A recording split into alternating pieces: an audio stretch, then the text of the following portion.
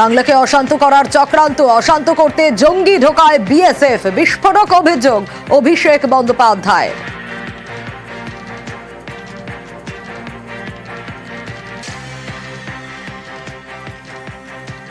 আসামে এতজন ধরা পড়েছে, আসামের মুখ্যমন্ত্রী কি তৃণমূল করে? কোত্থেকে ধরা পড়ছে? ত্রিপুরায় ধরা পড়েছে। তাহলে ওনারাই তো বলেন ঘুষপেটিয়া, উল্টা লটকা দুঙ্গা, চুন চুনকে দেখুঙ্গা।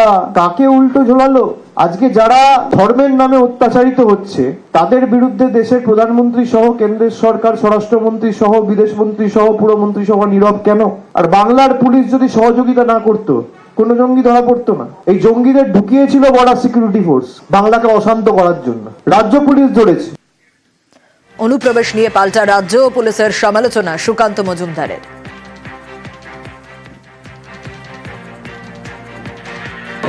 অভিষেক বন্দ্যোপাধ্যায়ও জানেন যে বিএসএফ অতন্দ্র প্রহরী হয়ে দেশকে রক্ষা করার চেষ্টা করছে, আর ওনার পুলিশ এই লোকগুলোকে ঢোকাচ্ছে বাংলার ডেমোগ্রাফি, জনসংখ্যা পরিবর্তন করার জন্য। এই জঙ্গিরা কাদের হয়ে কাজ করে, অভিষেক বন্দ্যোপাধ্যায় কাদের ভোট পেয়েছেন ওনার লোকসভাতে, সেটা দেখলেই পরিষ্কার হয়ে যাবে।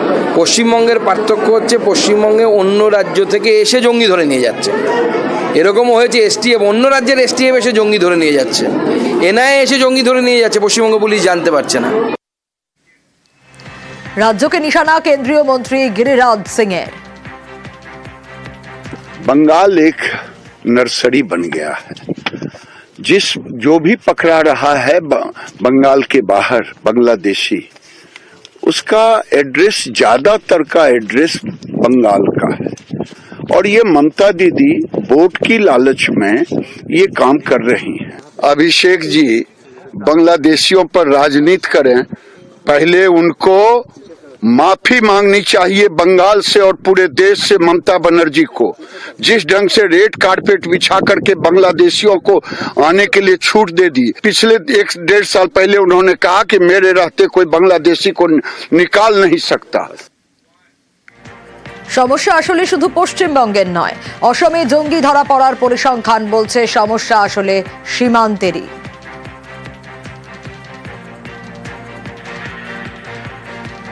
First of all, we have witnessed a massive increase of infiltration into Assam and India.